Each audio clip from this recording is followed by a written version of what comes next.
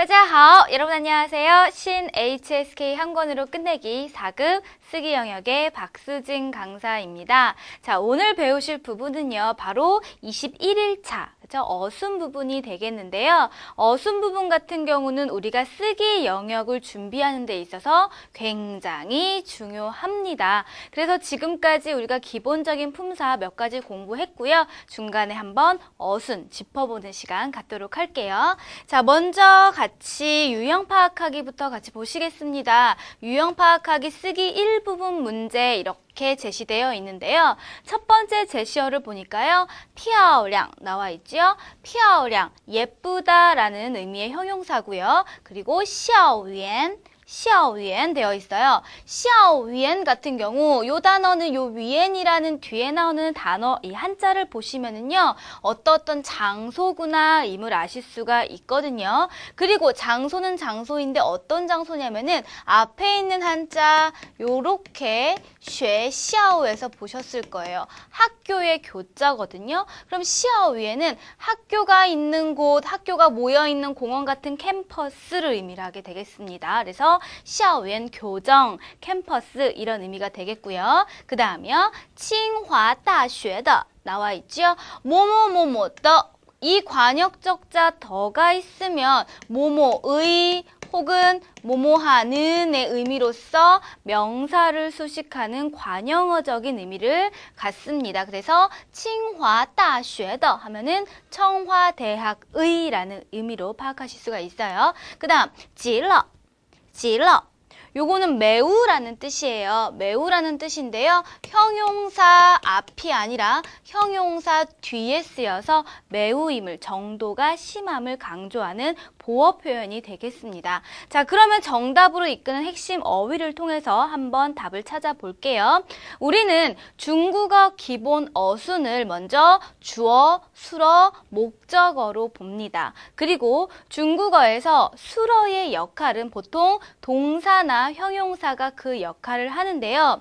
수어가 동사일 경우에는 보통 뒤에 목적어를 수반하게 됩니다. 그래서 제시어 중에서 수어 역할을 할 수 있는 동사가 있나 없나를 살펴보셔야 되거든요. 그런데 제시어를 보시면은 동사 역할을 할 수 있는 것이 하나도 있지 않아요. 그렇죠? 하나도 없습니다. 그럼 그 다음에 차선책으로 우리는 형용사가 있는지 없는지 를 찾아보실 수 있는데요. 제시어의 漂亮 형용사 보이시죠? 그래서 이때의 문장의 수어는 동사가 아니라 형용사가 그 역할을 하겠구나 라고 아실 수가 있어요.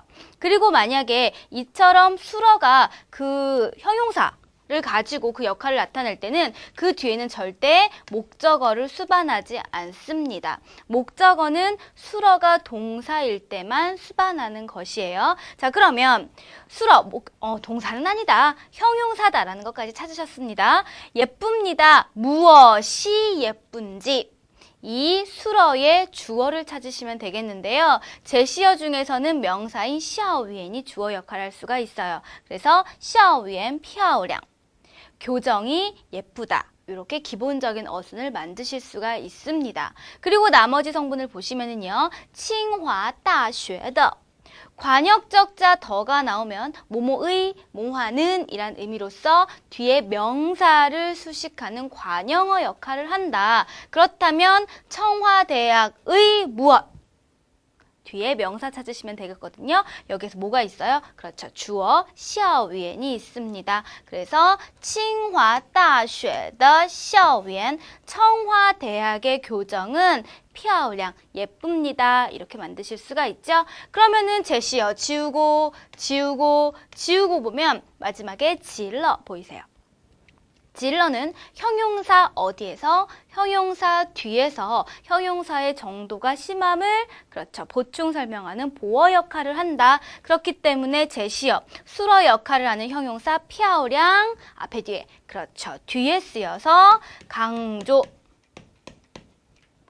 청와대학의 교정은 피아오량지러 매우 예쁩니다 라는 표현을 만드실 수가 있는 거예요. 이처럼 우리는 지금 유형 파악하기에 나와 있는 문제를 통해서 기본 어순이 무엇이다? 주어, 수어, 목적어이다 임을 먼저 파악하실 수 있고요. 그런 다음에 무엇을 찾아요? 주어를 수식하는 관형어 성분을 찾는다거나 아니면 수어를 뒤에서 보충해주는 보어 역할을 찾는다는 거. 그 다음에 정답을 통해 다시 한번 정리를 해보시면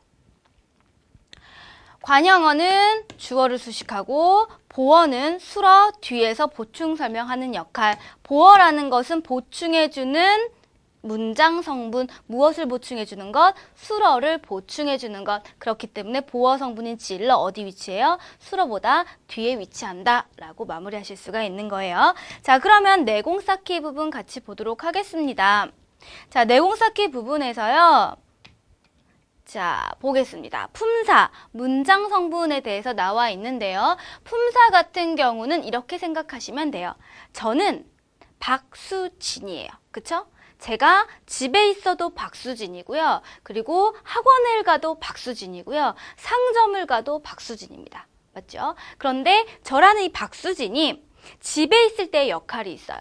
집에서는 그렇죠. 큰딸의 역할을 하고요. 그리고 학원에 가서는 선생님의 역할을 하고 그리고 상점에 가서는 고객의 역할을 하는 거거든요.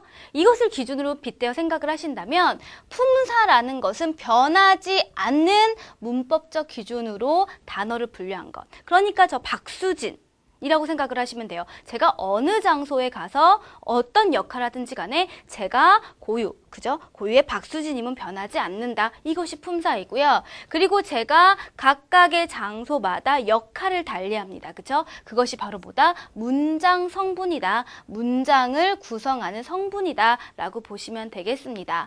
예를 들어서 내가 그를 만난다 라고 얘기한다면 내가 그를 만난다. 라는 대명사죠. 그죠? 남자를 가리치는 대명사. 그를 만난다. 을을 목적어가 돼요. 그럼 여기에서 그라는 대명사는 목적어 역할을 하는 것이고요. 그 다음에 여기 예문 보시면은 타 주어 판. 그가 밥을 만듭니다. 여기에서 타라는 대명사는 대사는 무슨 역할을 합니다? 그렇죠. 행동의 주체를 나타내는 주어 역할을 한다라는 거. 그렇다면 품사는 뭐다? 뭐뭐사. 무슨 사가 붙는 것이 품사라고 생각하시면 돼요. 명사, 대사, 동사, 형용사 이런 것들이 품사이고요.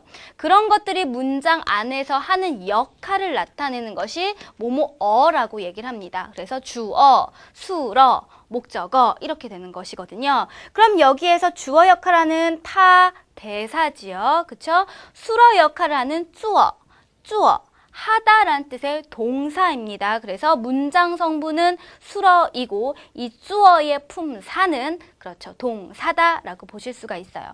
그 다음 판, 명사로서 밥이라는 뜻이고요. 이 문장 안에서는 목적어 역할을 하고 있습니다. 자, 두 번째 문 볼까요? 我喜欢他, 我나, 喜欢좋아하다, 타, 이렇게 되어 있죠. 여기에서 보시면은 앞에 나와 있던 예문의 타라는 대사가 다시 등장함을 보실 수가 있습니다. 역시 타, 대사 이라는 그 품사는 변하지 않지만 밑에 문장에서는 목적어 역할을 한다는 거 보실 수가 있고 밑에 문장에서 수어 역할은 시환, 좋아하다라는 감정 표현을 하는 동사가 그 역할을 하며 이때 시환, 좋아하는 이 감정을 가진 주체는요. 그렇죠. 我라는 나라는 의미의 대사가 되겠습니다. 그래서 품사라는 것은 문장 안에서 어떤 문장에 들어가도 변하지 않는다 이름이. 하지만 문장 성분이라는 것은 문장 안에서의 쓰임에 따라 역할이 달라진다라고 정리하실 수가 있습니다. 그러면 품사와 문장 성분 잠깐 하나하나 짚어보도록 할게요. 자, 품사라는 것은 이러한 것들이 있다. 하나하나 같이 보시면은 명사라는 것은 사물이나 사람의 명칭을 나타내는 것. 선생님, 사람을 나타내죠. 그 다음 칠판, 탁자, 의자 이렇게 사물을 나타내죠. 그런 것들 명사. 그 다음 대사라는 것은 명사를 대신하여 지칭할 때 쓰는 것. 선생님이라는 사람의 명칭을 대신해서 만약에 제3자가 저를 얘기한다면 그녀라고 얘기를 할 거잖아요. 이때 그녀 대사, 인칭을 대신해서 지칭하는 얘기하는 인칭 대사가 되겠고요. 그 다음 여러분들께서 저를 얘기할 때 혹은 제 친구가 저를 얘기할 때는 제 앞에서 눈앞에서 너라고 얘기하죠. 이런 것들 2인칭을 나타내는 너, 뭐 1인칭을 나타내는 나 이런 것들이 대사가 되겠습니다. 그 다음 사물을 나타낼 때는 이것, 가까운 건 이것이라고 얘기하고 먼 것은 그것, 저것 이렇게 얘기하잖아요. 그런 것들은 사물을 지칭하는 그렇죠. 그런 대사가 되겠죠. 다음 동사요. 동작을 의미한다. 움직임을 의미한다. 뭐뭐하다로 끝나는 것들 예를 들어서 보다, 먹다 아니면은 안경을 쓰다 할 때 쓰다 이런 것들이 바로 동사가 되겠습니다. 그 다음 조동사라는 건요. 동사는 동사인데 동사를 돕는 것 조동사, 도울 조자를 썼거든요. 조동사에는 뭐가 있냐면 이런 게 있어요. 중국어를 말하다라고 얘기할 때 동사는 말하다. 그런데 내가 이 말하는 능력을 가지고 있다라고 얘기할 때는 말할 수 있다 이렇게 얘기하거든요. 이처럼 뭐뭐 할 수 있다라는 의미의 그 동작의 능력을 표현하는 조동사 바로 호이가 있어요. 그래서 말하다는 슈어, 말할 줄 알다, 말할 수 있다는 호이 슈어, 이때의 호이 동사를 돕는 역할을 하는 것, 바로 조동사가 되겠습니다. 다음이요, 형용사.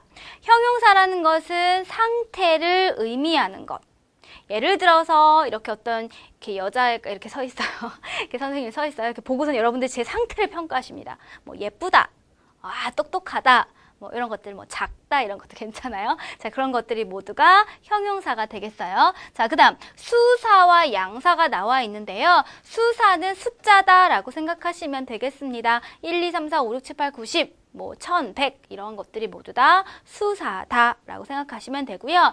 양사는 사물의 양 혹은 동작의 양 아니면 시간의 양을 의미하는 것으로서 양을 나타내는 단위라고 생각하시면 되겠습니다. 자, 사물은 아니라 사람, 선생님이라는 그렇죠. 명사를 표현하실 수가 있고요. 선생님은 선생님인데 선생님 한 명의 선생님 이렇게 표현할 때 이때 명에 해당하는 말이 양사가 되겠죠. 선생님이라는 사람을 세는 단위가 되잖아요. 그런데 주의하셔야 될 것이 한 명의 선생님 한 명 이거는 괜찮아요. 그런데 명선생님, 선생님 명 이런 말은 없습니다. 뭘 얘기하는 거냐면 양사라는 것은 양을 세는 단위이지만 보통 뭐랑 같이 써야 된다? 수사와 같이 쓰여야 그 의미가 성립이 된다라는 거. 그렇기 때문에 여러분들이 교재를 보시다 보면 수사와 양사를 합쳐서 수량사라고도 표현하는 걸 발견하실 수가 있거든요. 수량사, 무엇을 의미하는 것? 수사와 양사를 함께 의미하는 것이라고 보시면 되겠습니다. 자, 다음이요. 부사. 부사라는 것은 동사나 형용사를 수식하는 역할을 하는 것인데요. 예를 들어서 공부하다라는 동작을 보았을 때 자주 공부합니다라고 얘기하면 이 자주라는 말은 공부하다라는 동작의 빈도를 나타내죠. 그렇죠? 이처럼 자주 바로 부사의 일종이 되겠고 예를 들어서 형용사요. 예쁘다. 예쁘긴 예쁜데 얼마나 예쁘냐? 라고 할 경우 매우 예쁘다, 조금 예쁘다. 이때 매우나 조금에 해당하는 표현이 바로 정도를 수식하는 정도 부사, 부사의 일종이 되겠습니다. 자, 다음이요. 개사. 개사라는 것은 전치사라고도 얘기를 하는데요. 전치사라는 거는 영어에서 여러분들이 충분히 많이 보셨을 겁니다. 뭐 장소를 나타낼 때 at, 뭐 in, on 이런 것들이 있고 뭐뭐까지 to, 뭐뭐로부터 from 이런 것들 배우셨잖아요. 왜 갑자기 영어? 네, 이런 것들이 바로 전치사. 그러니까 중국어에서는 그것을 개사라고 지칭한다라는 거 특수한 명칭이기 때문에 기억하시면 되겠고 개사라는 것이 특징이 있어요. 어디에서라는 의미의 짜이라는 개사는 단독으로 쓰이지 못하고 반드시 뒤에 장소에 해당하는 명사나 대사가 와야 합니다. 라는 거죠. 그죠? 에서 공부해요. 말 안 된단 말이에요. 학교에서 공부해요. 방에서 공부해요. 이처럼 개사라는 것은 단독으로 쓰이지 않고 뒤에 그에 합당한 명사나 대사와 함께 쓰여야 된다라는 점 기억하시면 되겠습니다. 다음 접속사. 접속사라는 것은 접속시켜주는 역할, 연결 지어주는 역할을 하는 것이다 라고 생각하시면 돼요. 예를 들어서 라는 인칭 대사, 나라는 1인칭, 그 다음에 너라는 2인칭, 똑같은 인칭 대사, 이 명사를 연결할 경우 나와 너라고 표현을 하잖아요. 이때 명사와 명사, 대사와 대사를 연결해주는 이 와라는 표현을 바로 접속사다라고 보시면 되겠습니다. 두 개의 대사 성분을 대등하게 병렬로 연결하잖아요. 자, 요 뭐뭐와, 뭐뭐과에 해당하는 표현, 우리 회화 시간에 공부했어요. 그렇죠. 和가 있죠. 그래서 나와 너라고 얘기할 때 我和你라고 표현하잖아요. 그런 것들이 접속사다. 이거는 이제 대사와 대사, 단어와 단어를 연결한 거고요. 그럼 문장과 문장, 그러니까 절과 절도 연결할 수가 있어요. 그녀는 예쁘다. 나는 그녀를 사랑한다. 라고 얘기할 때 두 개의 문장의 관계는 원인과 결과입니다. 내가 그녀를 사랑해요. 왜 사랑해요? 그 이유는 그녀가 예쁘기 때문에. 이처럼 원인과 결과의 관계에 해당하는 문장과 문장 연결하는 접속사가 있어요. 뭐뭐이기 때문에 라는 의미, 그러니까 원인을 나타내는 인왜가 있고요. 그렇죠? 여러분들 공부하셨어요. 뭐뭐 하기 때문에. 원인을 나타내는 접속사. 그 다음에 그래서 그녀를 사랑합니다. 그래서 결과를 이끄는 접속사. 그래서 그렇죠. 수어이 공부하셨죠? 수어이. 이러한 것들이 바로 뭐다? 접속사다라고 기억하시면 되겠습니다. 다음, 조사 나와 있는데요. 조사는 조금 복잡해요. 우리가 좀 하나하나 짚어가는 시간에서 그때 다시 공부하도록 하겠습니다. 자, 그 다음 의성사가 나와 있어요. 의성사라는 것은 소리를 말로 표현한 걸 얘기하는 거거든요. 초인종은 눌러요. 그 소리를 여러분들 말로 표현해 보시면 우리나라 말로 하세요. 그죠? 띵동 요거 있죠. 요거 의성사고요. 그 다음에 이렇게 딱 쳤을 때 무슨 소리로 표현하시죠? 뭐 퍽, 그죠? 이런 것들이 의성사가 되겠습니다. 그 다음 감탄사라는 거는 감탄, 기분 좋을 때, 감동했을 때 와, 그쵸? 그 다음에 안타까울 때 아이야, 이런 것들이 있잖아요. 그게 바로 감탄사가 되겠죠. 시험에서 의성사와 감탄사는 많이 등장하지 않기 때문에 이 앞에 요소들 중심으로 공부하시면 되겠습니다. 다음 문장 성분.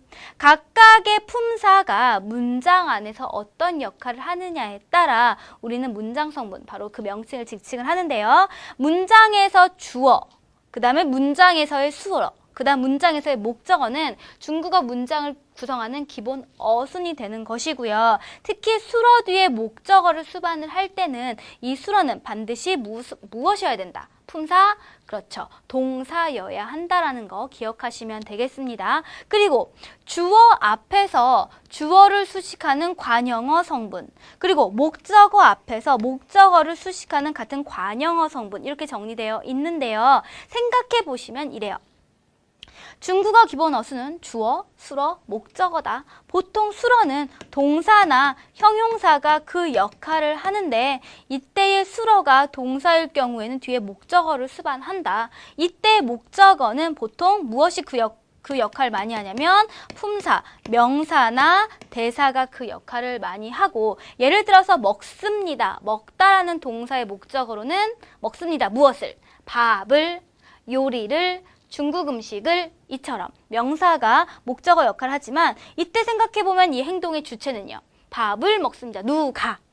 그쵸? 엄마가, 아빠가, 선생님이, 친구가. 이처럼 행동의 주체를 나타내는 주어 또한 품사, 명사나 대사가 그 역할을 많이 하기 때문에 명사, 대사가 그 역할을 하는 목적어, 주어는 앞에서 관형어가 많이 쓰인다라는 거. 선생님이 밥을 먹습니다. 선생님은 선생님인데 어떤 선생님? 우리 선생님. 밥은 밥인데 어떤 밥? 내가 만든 밥. 이러한 것들이 바로 관형어가 되겠죠. 자, 그 다음 수어를 수식하는 성분은 두 가지로 나뉠 수가 있는데, 하나, 부사어는 수어 어디에서? 앞에서 수식을 하고, 그 다음 보어라는 것은 수어 어디에서 수식을 한다?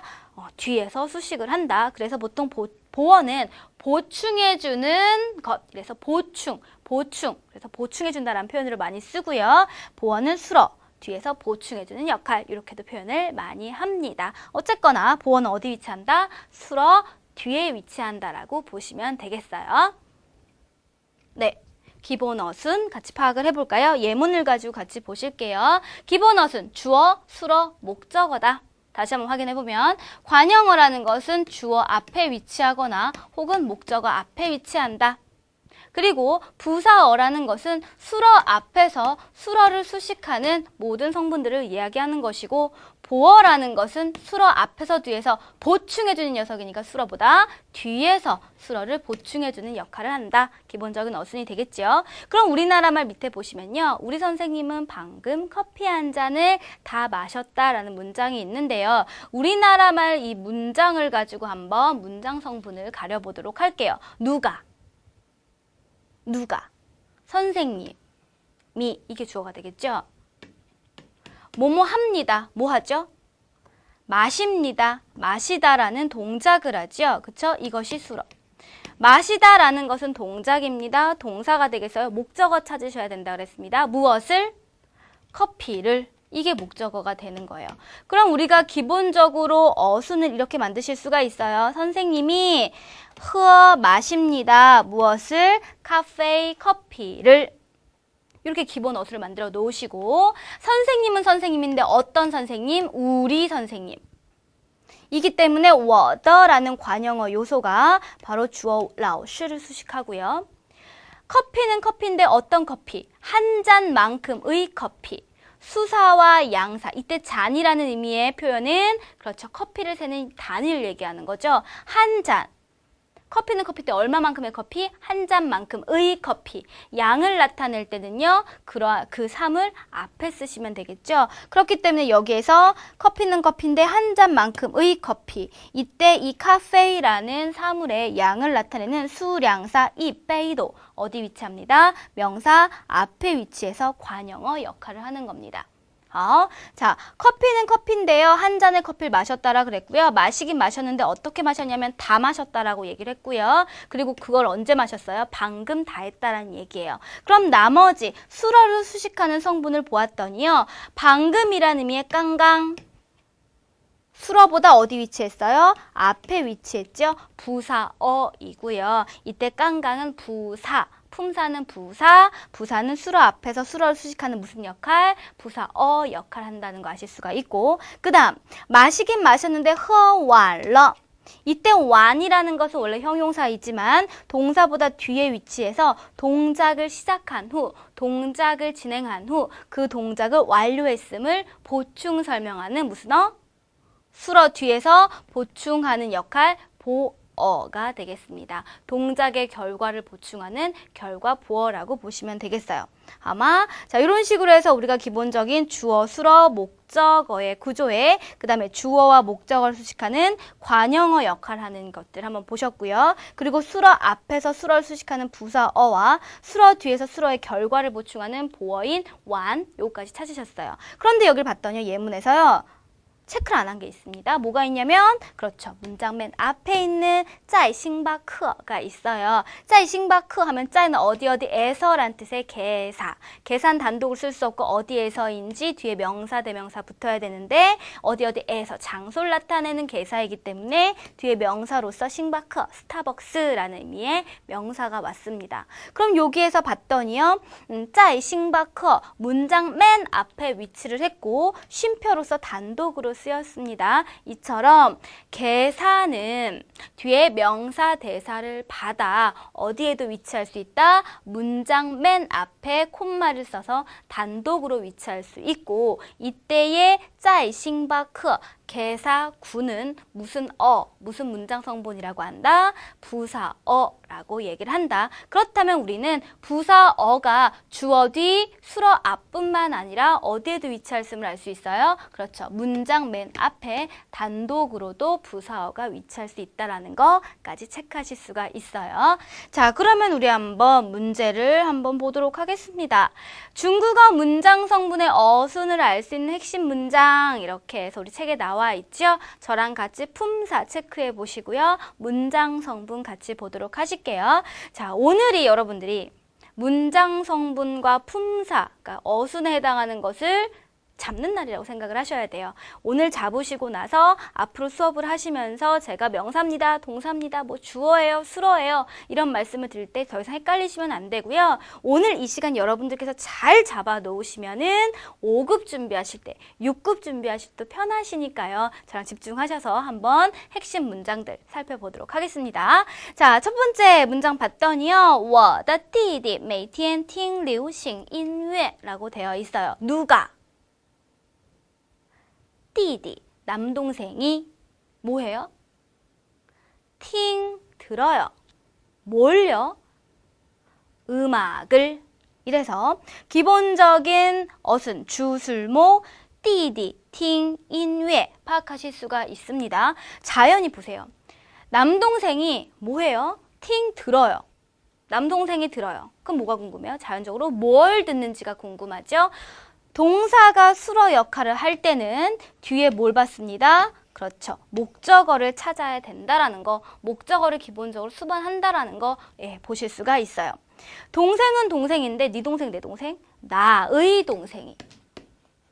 주어를 앞에서 수식하는 관형어 성분이죠. 관형어 성분은 뒤에 주어를 수식할 때 관역적자 덜을 많이 수반을 합니다. 자, 다음. 듣긴 듣는데 언제 들어요? 그렇죠. 오늘 들어요. 시간 명사는 수로 앞에 쓰여서 부사어 역할을 한다라는 거. 그리고 음악은 음악인데 어떤 음악이요? 유행 음악이요. 그러니까 유행가 음악을 음악인데 클래식 음악도 아니고 바로 뭐다? 유행하는 유행가요다. 그래서 리우싱은 인외라는 목적어를 수식하는 관형어 역할을 하는 그런 성분이 되겠습니다. 자, 다음 문장 보실게요. 这些留学生在首尔大学学习韩语 되어 있어요. 누가? 주어 찾으셔야 돼요. 누가? 유학생이 뭐해요? 学习 공부합니다. 공부하다 동작이에요. 공부해요. 뭘? 그쵸. 목적어가 필요하겠죠? 한국어를 위해서 기본적인 어순 주어, 수어, 목적어 찾으실 수가 있고 유학생은 유학생인데 어떤 유학생이요? 这些留学生 이 유학생들 이래서 이때 명사, 주어 역할을 하는 명사인 留学生을 수식하는 관형어 성분으로 这些 바로 지시대사와 양사의 결합구조를 보실 수가 있어요. 이때 양사 시에는 몇몇이라는 불특정한 다수를 의미하는 양사로서 사물을 셀 때 쓰기 때문에 해당하는 사물인 명사 앞에 쓰이시면 되고요. HSK에서 가장 많이 나오는 양사의 구조로서는 지시대사와 양사, 요 구조거든요. 지시대사라는 건 뭐냐면 이것이란 의미의 쩌나, 그것, 저것이란 의미의 나와 함께 쓰이는 양사의 결합 구조를 이렇게 보시면 되겠습니다. 그래서 쩌시에 이것들이란 의미고요. 그것들 이러면 나시에 이래서 양사 시에는 뒤에 명사를 받아야 된다라는 거 아주 중요하지요. 명사. 留学生을 수식하는 관형어 성분, 这些 지시대사와 양사의 구조다. 이렇게 정리하시면 되겠습니다.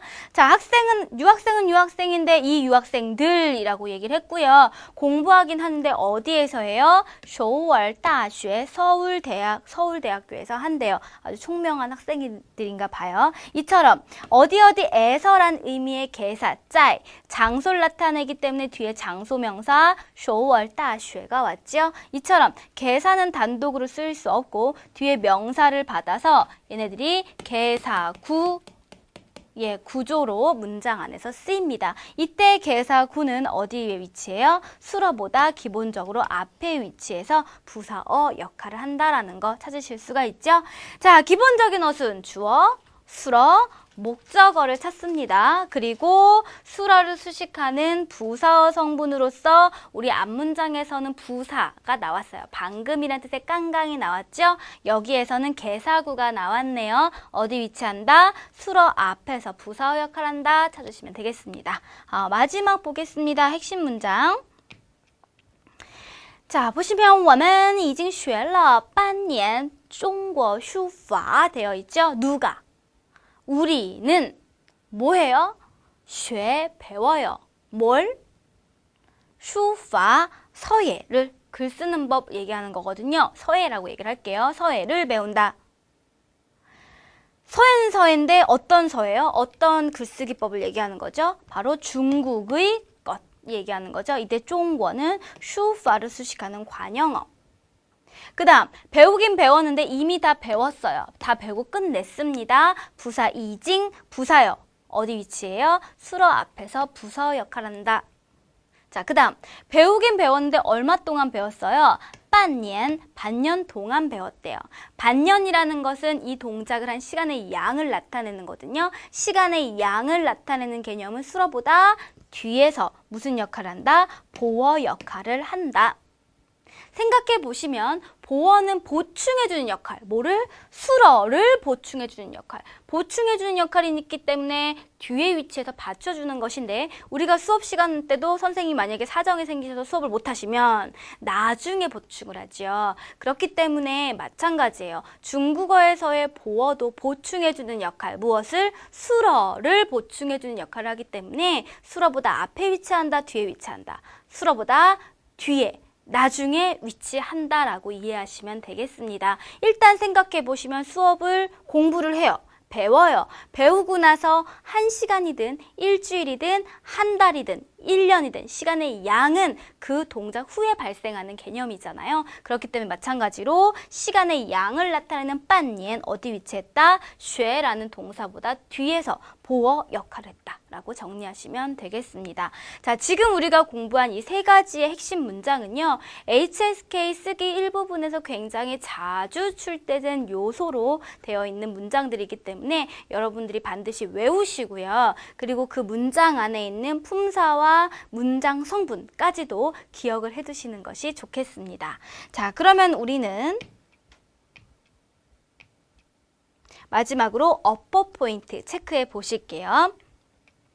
오늘 배운 어법 포인트는요. 그렇죠. 품사라는 것, 그리고 문장 성분이라는 것, 그리고 그러한 것들이 그렇죠. 어순, 순서에 대해서 공부를 했습니다. 중국어 품사는요. 이렇게 여러 가지가 있다라는 거. 시험에 잘 나오는 요소들은 요 앞쪽의 요소들이거든요. 요것들이 시험에 잘 나옵니다. 복습하실 때 좀 더 신경 쓰시면 되겠고요. 그리고 문장 성분은 그렇죠. 역할을 얘기한다. 문장 안에서 어떤 역할을 하는지에 대해서 얘기를 해주고 기본적인 어순을 구성하는 주어, 수러, 목적어 구조 외에 나머지 역할, 수식해주는 부수적인 역할을 하는 부사어, 관형어, 보어가 있다라는 걸로 정리하시면 되겠습니다. 기본 어순, 요걸 발표하시면 되겠죠? 시험에서 요걸 물어보는 거니까요. 기본 어순, 기본적인 어순으로 주어, 수러, 목적어가 있고 목적어를 수반하는 수러는요. 품사가 모여야 돼요. 그렇죠. 동사여야 하며 그리고 주어를 수식하는 관형어 성분, 마찬가지로 목적어를 수식하는 관형어 성분이 있다라는 것, 그리고 수러를 중심으로 앞에서 수러를 수식하는 부사어 성분과 뒤에서 수러를 보충해주는 보어 성분이 있다라는 것까지 정리하실 수가 있습니다. 자, 이렇게 해서요 우리가 품사와 문장 성분 보셨는데요. 품사 같은 경우는 여러분들이 제시어에 딱 등장을 했을 때 의미를 아셔야 품사를 판단하시기 쉽습니다. 그렇기 때문에 여러분들께서 먼저 품사를 잡기 위해서 하셔야 되는 것들은 우리 교재에 보면은 그게 있어요. 그 시험에 꼭 나오는 단어들 모아놓은 작은 책자 있죠. 거기에 나오는 신 HSK 4급에 출제되는 기본 단어들, 필수 단어들 반드시 외우시고요. 그리고 그걸 외우실 때 의미만 그냥 달달달달 외우시는 것이 아니라 이 단어의 품사가 무엇인지까지 확인하시면서 공부하는 것이 첫 번째 요령이 되겠습니다. 아시죠? 품사는 그렇게 파악을 하시고 그리고 문장 성분이라는 거는 문장 안에서의 역할이에요. 그럼 우리가 문장을 해석하시면서 항상 여러분들께서 체크를 해주시면 좋아요. 이 문장의 주어는 뭐지? 수러는 뭐지? 목적어는 뭐지? 요 기본 어순, 주어, 수러, 목적어를 파악하시는 능력을 키우신다면 여러분들이 기본 어순까지도 잡으실 수가 있습니다. 자, 이렇게 해서 우리 이번 시간 어순 부분 마치도록 할게요. 자, 쓰기 1부분뿐만 아니라 쓰기 2부분에서도 여러분들 장문을 요하기 때문에 반드시 어순 부분 마스터 하셔야 되고요. 여기만 뭐 그냥 뭐 어떻게 이렇게 좀 잘 지나가면 그럼 되겠다. 그냥 이렇게 얼렁뚱땅 넘어가시려고 하는데요. 절대 그러시면 안 되는 것이 그렇죠. 장문 부분, 이 쓰기 영역은 여러분들 5급, 6급에서도 계속 여러분들이 이렇게 잡아요. 그러니까 기본 어순, 우리 기초부터 탄탄히 합시다. 아시겠습니까? 자, 여러분 힘내시고 저는 다음 파트에서 우리 품사 가지고 문장 성분 좀 더 연습해 보도록 하겠습니다. 여러분 수고하셨습니다. 따자 싱쿨러.